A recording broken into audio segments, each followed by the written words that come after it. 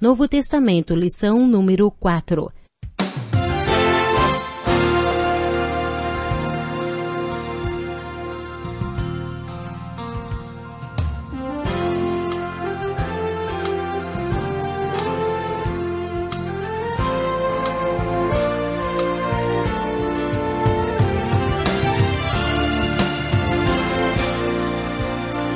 Muitas pessoas têm tido seus sonhos destruídos pela falta de confiança absoluta em Deus.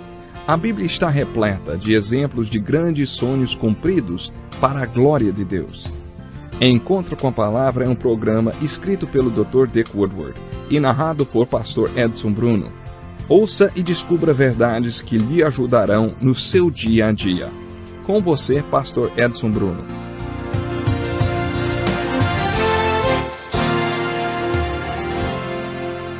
Bem-vindo ao Encontro com a Palavra.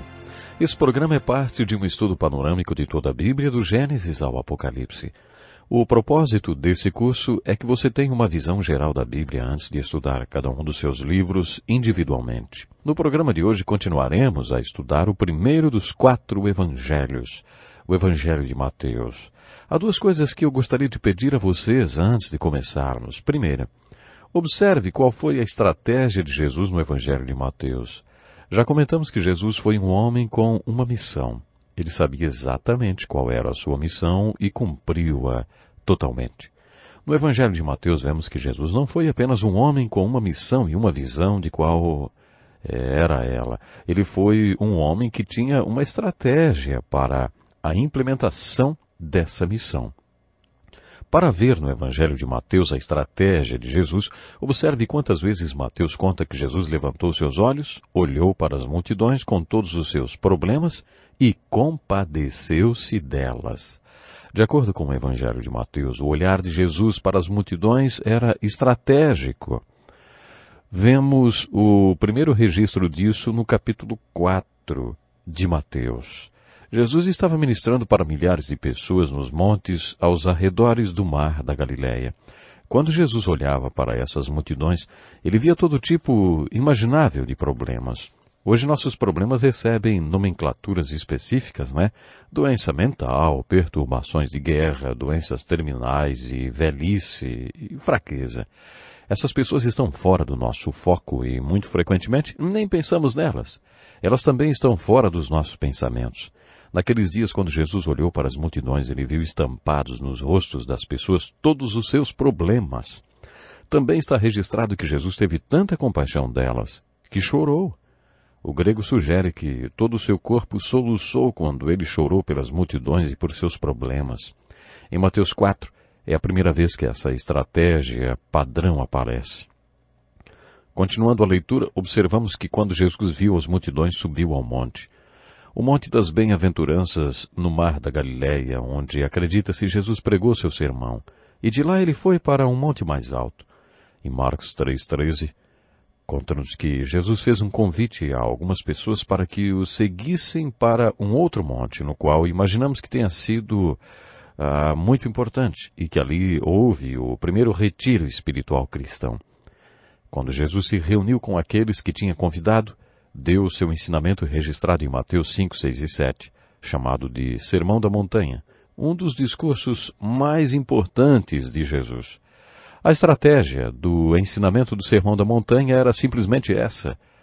Jesus estava mostrando àqueles a quem ele tinha convidado como eles poderiam ser parte da sua solução para todos os problemas que aquela multidão lá no sopé da montanha estava enfrentando. Ele lhes mostrou como poderiam ser parte da sua resposta. Por isso, quando Jesus olha para as multidões pela primeira vez e organiza o primeiro retiro espiritual cristão, encontramos um desafio e uma pergunta. Onde você está, hein? Muitos dos ensinamentos de Jesus apresentam 2 tipos de pessoas. O primeiro é formado por aquelas pessoas que são parte do problema, como as pessoas que estavam no meio da multidão. O segundo tipo é formado por aquelas pessoas que Jesus chama de discípulos, que foram treinadas por ele para serem parte da solução e da resposta para todos os problemas. Você também recebeu esse desafio. Você é parte do problema ou parte da solução, hein? Você é parte da resposta ou mais uma dúvida ambulante? Quando Jesus convoca o primeiro retiro espiritual cristão, ele também é estratégico. Jesus vê as multidões com todas as necessidades do mundo ali apresentadas, e depois se volta para os que ele chamou de discípulos e inicia o treinamento para que eles sejam resposta para as necessidades do mundo. Se você soubesse que teria 3 anos de vida e quisesse alcançar todo mundo com sua mensagem, o que você faria, hein? Jesus tinha 3 anos de vida e ele sabia disso. Ele queria alcançar o mundo todo com sua mensagem. O que ele fez então? Se você quisesse se tornar um executivo bem-sucedido, iria tentar um certificado de pós-graduação, não? Você seria instruído sobre os 5 passos do executivo eficiente, por exemplo. Analisar, organizar, delegar, supervisionar e agonizar. O executivo bem-sucedido primeiro analisa a situação, depois ele organiza os negócios. Se o executivo for realmente bom, ele vai delegar responsabilidades para outras pessoas. Se ele não fizer isso, terá sempre que fazer tudo sozinho. Se ele delegar, pode prosseguir para o próximo passo, que é supervisionar. Depois de supervisionar, o executivo está pronto para agonizar, porque as pessoas nunca fazem as coisas do jeito que ele faria. Então ele senta e simplesmente agoniza, senta e chora. Ele não pode se intrometer e começar a fazer do jeito dele. Ele tem que deixar as pessoas cometerem seus erros. Ele tem que aprender a delegar para continuar no cargo. Uma vez vi uma charge que mostrava um executivo varrendo o chão e a legenda dizia: ele não aprendeu a delegar autoridade. Quando observamos a estratégia de Jesus no Evangelho de Mateus, vemos que Jesus sabia como delegar autoridade. Quando Jesus viu as multidões, ele analisou todas as necessidades ali representadas. Depois ele organizou o primeiro retiro espiritual cristão, que foi um exemplo da igreja. A igreja é um grupo de pessoas que se reúne ao redor de Jesus porque quer ser parte da sua solução e da sua resposta para os problemas deste mundo. É assim que devemos enxergar a igreja de Jesus Cristo hoje. Jesus organizou sua igreja. Junto com a organização da igreja, Jesus também delegou algumas pessoas desse grupo que compareceram ao primeiro retiro espiritual cristão. Depois Jesus supervisionou aquele povo durante 3 anos e depois os deixou e ascendeu ao céu. Faz 2000 anos que Jesus está agonizando por causa da sua igreja. Analise essa estratégia de Jesus no Evangelho de Mateus. Na primeira vez que Jesus vê as multidões, ele analisa e organiza. Quando Jesus encerra os ensinamentos de Mateus 5, 6 e 7, ele leva seus ensinamentos a um veredito. Jesus desafia aqueles que participaram do primeiro retiro espiritual cristão a assumirem um compromisso com ele, fazendo as seguintes perguntas. Você faz parte da multidão ou é um dos poucos a fazer parte da resposta e da solução? Você é um entre os muitos que acham que há sempre um caminho fácil para ser parte da solução? Ou você é um dos poucos que sabem que não existe caminho fácil para se tornar uma resposta e uma solução? Você é do time dos falsos ou dos verdadeiros? Você vai ser um discípulo fajuto e falso ou quer ser um discípulo autêntico e verdadeiro? Você é dos que falam ou dos que fazem, hein? Você vai ser uma pessoa de atitude ou de blá blá blá religioso? Jesus sabia como desafiar as pessoas. Não sabemos quantos compareceram ao primeiro retiro espiritual cristão, mas ao final ele tinha apenas 12 seguidores que disseram: eu quero ser um dos poucos, eu quero ser verdadeiro, eu quero ser uma pessoa que faz. Nos próximos versículos veremos que Jesus delegou aqueles 12 homens e fez deles apóstolos. O Evangelho de Mateus capítulo 9, versículo 36 registra a vez seguinte que Jesus olhou para o alto e viu as multidões. Jesus tinha acabado de voltar do primeiro retiro espiritual cristão e quando levantou os olhos e viu as multidões, voltou-se para aqueles 12 homens que tinham dito que queriam ser parte da solução e os comissionou para serem apóstolos, o que significa que ele os enviou como missionários. Jesus já tinha analisado, organizado e delegado. Jesus Cristo era um homem com uma missão. Ele tinha uma estratégia para realizar a sua missão. Em nosso último programa, falamos sobre a estratégia de Jesus descrita nos Evangelhos. Descobrimos que toda vez que lemos que Jesus ergueu os olhos e viu as multidões, ele teve compaixão delas e, portanto, tomou uma atitude estratégica. Nos capítulos 14 e 15 do Evangelho de Mateus, lemos sobre duas ocasiões em que Jesus olhou para cima, viu as multidões e teve compaixão delas. Uma aconteceu logo após a outra. Nesses dois casos, Jesus também toma uma atitude estratégica. O capítulo 14 registra o grande milagre de Jesus, ao qual nos referimos como alimentando 5.000 pessoas. Esse milagre não é o único registrado nos 4 evangelhos. Na primeira vez que Jesus alimentou as multidões, ele alimentou 5.000 homens e mais suas famílias. Na segunda vez, Jesus alimentou 4.000 homens e suas famílias. Certo estudioso afirmou que a importância desses milagres está no fato de terem sido mais do que simplesmente milagres. Eles também ilustram a visão missionária de Jesus. Esses milagres ilustram a estratégia missionária de Jesus. Sua estratégia é para alcançar o mundo.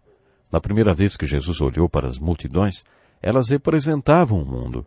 Além de todos os outros problemas, elas ainda eram uma multidão faminta. Os apóstolos procuraram Jesus e disseram: "Essa gente não tem nada para comer, mande-os embora." Jesus respondeu: "Não os mande embora. Alimente-os. Vejam quantos pãezinhos vocês têm." Algo muito estratégico estava para acontecer. Jesus estava ilustrando a sua estratégia para alcançar o mundo. Jesus posicionou seus apóstolos entre sua provisão para as necessidades daquela multidão e a própria multidão. Jesus queria entregar toda a sua provisão para suprir as necessidades da multidão através dos apóstolos. Jesus não queria que sua provisão passasse diretamente para a multidão.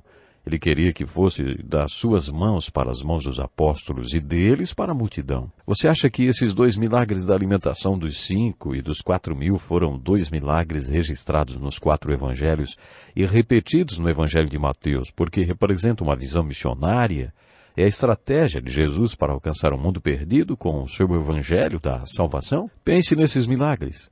O registro sagrado diz que havia 5.000 homens no primeiro evento, 4.000 no segundo, com possibilidade de mulheres e crianças também estarem lá. Isso significa que poderiam ser cerca de 20.000 pessoas.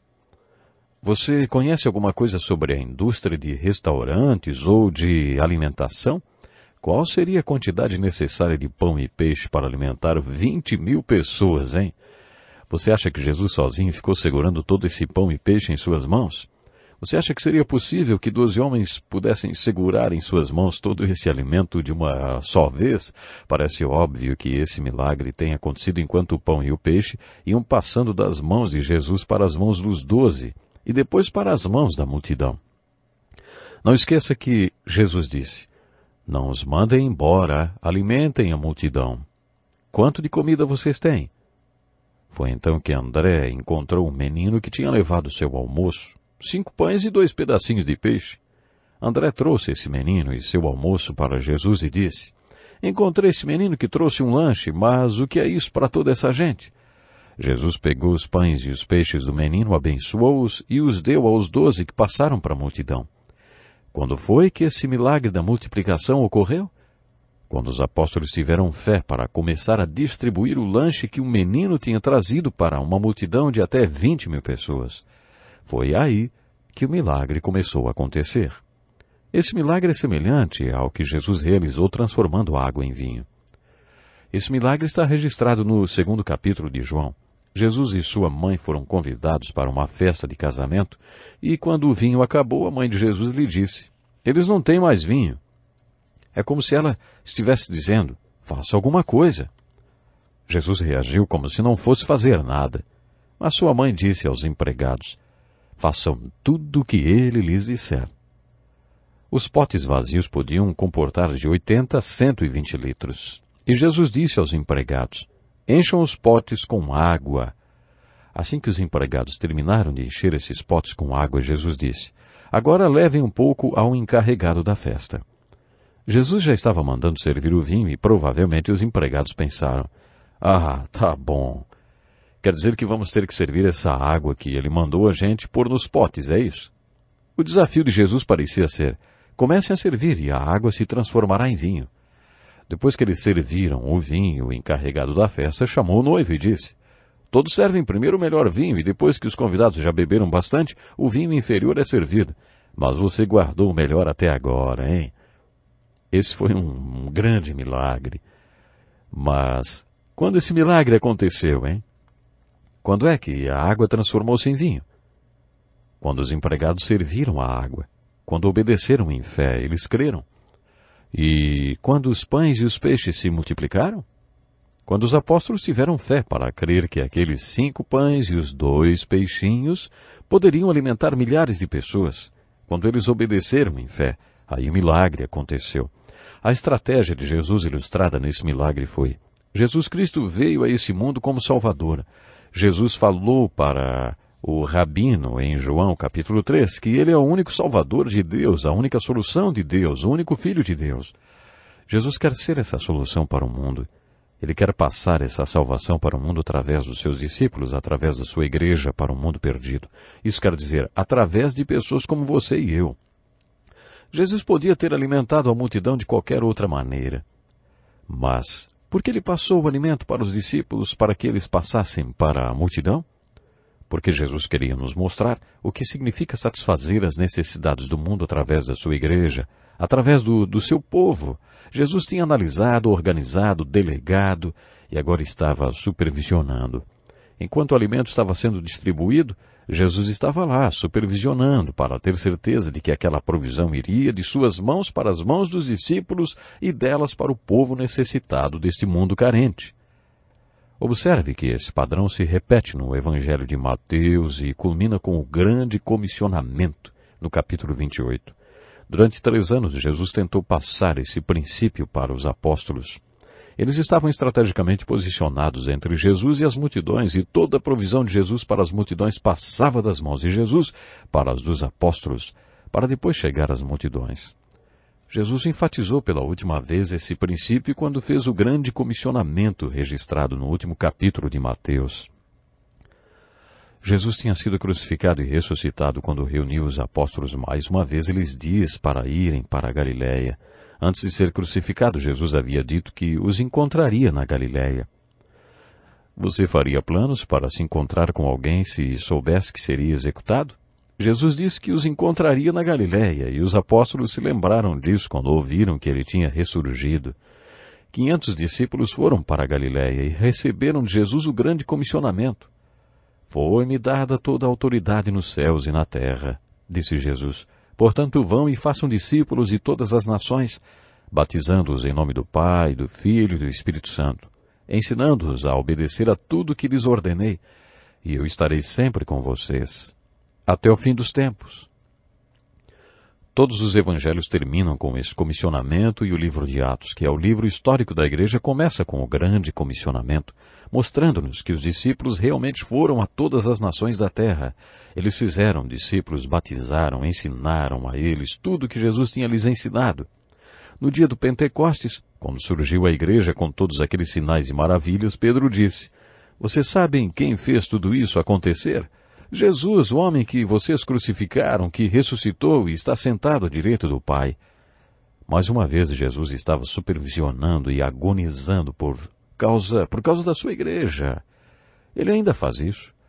A história nos conta todas as perseguições à igreja de Jesus que aconteceram, e ainda acontecem em várias partes do mundo, e por isso Jesus agoniza. Outro motivo que o faz agonizar é que sua igreja não é mais como deveria ser. Ela é superficial. E Jesus quer que ela seja uma organização missionária. William Booth foi o fundador do Exército da Salvação e trabalhou muito nas favelas de Londres. Ele costumava dar apelidos às pessoas que se convertiam e apelidou uma Sally de Boca Santa. Você deve imaginar por quê. Quando Sally Boca Santa se converteu, foi convidada a tocar bateria nas reuniões que eram realizadas nas ruas. Durante algum tempo ela ficou muito animada, mas depois não parecia tão entusiasmada tocando sua bateria. William achou que deveria dar-lhe uma oportunidade e durante uma das reuniões convidou Sally Boca Santa para dar um testemunho. Ela se levantou e começou a falar. Pessoal, vocês sabem que agora eu sou de Jesus. Antes eu dançava em bares, bebia muito e falava muito palavrão. É por isso que me chamam de Boca Santa. Mas sabe, desde que eu conheci Jesus..." Aí o seu rosto se iluminou e ela continuou. "Eu gosto de tocar essa..." Falou um palavrão de bateria. O testemunho não podia ter sido melhor. Só que William decidiu que da próxima vez instruiria melhor as pessoas antes delas dizerem qualquer coisa. Essa história é uma boa ilustração do que significa ser cristão, ser discípulo de Cristo. O que significa ser parte de sua solução e de suas respostas? Será que isso significa tocar bateria nas praças? Será que é isso que fazemos com a pessoa quando ela se converte? Entregamos a ela uma bateria e dizemos, toque. Será que é isso que significa ser cristão? Isso não é pouco? Não é raso e superficial? Resumindo, podemos dizer que vemos a estratégia de Jesus no final do capítulo 4, quando ele olha para as multidões e organiza o primeiro retiro cristão. Nos capítulos 5, 6 e 7, vemos qual foi o ensinamento de Jesus nesse retiro que resultou no recrutamento dos seus discípulos. Jesus iniciou seu ministério com um retiro e finalizou com outro, registrado nos capítulos 13, 14, 15 e 16. O sermão do último retiro foi chamado de o Sermão da Última Ceia. Observe que quando Jesus via a necessidade das multidões, ele intensificava o treinamento dos apóstolos, porque queria que eles fossem a solução e a resposta dele para o mundo. Se você entender esse padrão de Jesus, também entenderá qual era a sua estratégia. Na vez seguinte, em que Jesus olhou para a multidão, ele comissionou os 12 e iniciou o treinamento deles a fim de enviá-los. Durante os seus 3 anos de ministério, Jesus teve como principal missão treinar os 12. Jesus também alimentou 2 multidões de 5.000 e depois de 4.000 homens. Creio que, com esses 2 milagres, Jesus estava dizendo, vejam, eu tenho a solução e a resposta, e vocês devem suprir as necessidades desse mundo carente. A minha solução para os problemas do mundo passarão de mim através de vocês para as multidões. A estratégia de Jesus culmina no final do Evangelho de Mateus, no capítulo 28, quando Jesus fala aos 500 discípulos depois daquele treinamento de 3 anos. Vão e façam discípulos de todas as nações, batizando-os em nome do Pai, do Filho e do Espírito Santo, ensinando-os a obedecer a tudo que eu lhes ordenei. Eu estarei sempre com vocês até o fim dos tempos. E você, hein? Você é parte da solução de Jesus para esse mundo que está espiritualmente faminto? Ou você é parte do problema? Se você ainda é parte do problema, com fome espiritual, Jesus quer abençoar você e preencher sua vida para que você seja parte da solução. Portanto, venha a Cristo hoje, esse é o meu convite. E eu quero lhe convidar com muito amor para que você não perca o próximo programa e vamos continuar aprendendo coisas incríveis sobre Jesus Cristo. E Ele quer comissionar você para que você também venha fazer algo muito importante pela multidão, ou seja, primeiro pelas pessoas que estão à sua volta, quem sabe por sua família que está com fome espiritual. Eu espero por você no próximo encontro com a palavra. Não deixe de nos escrever e até o próximo programa. Que lição importantíssima.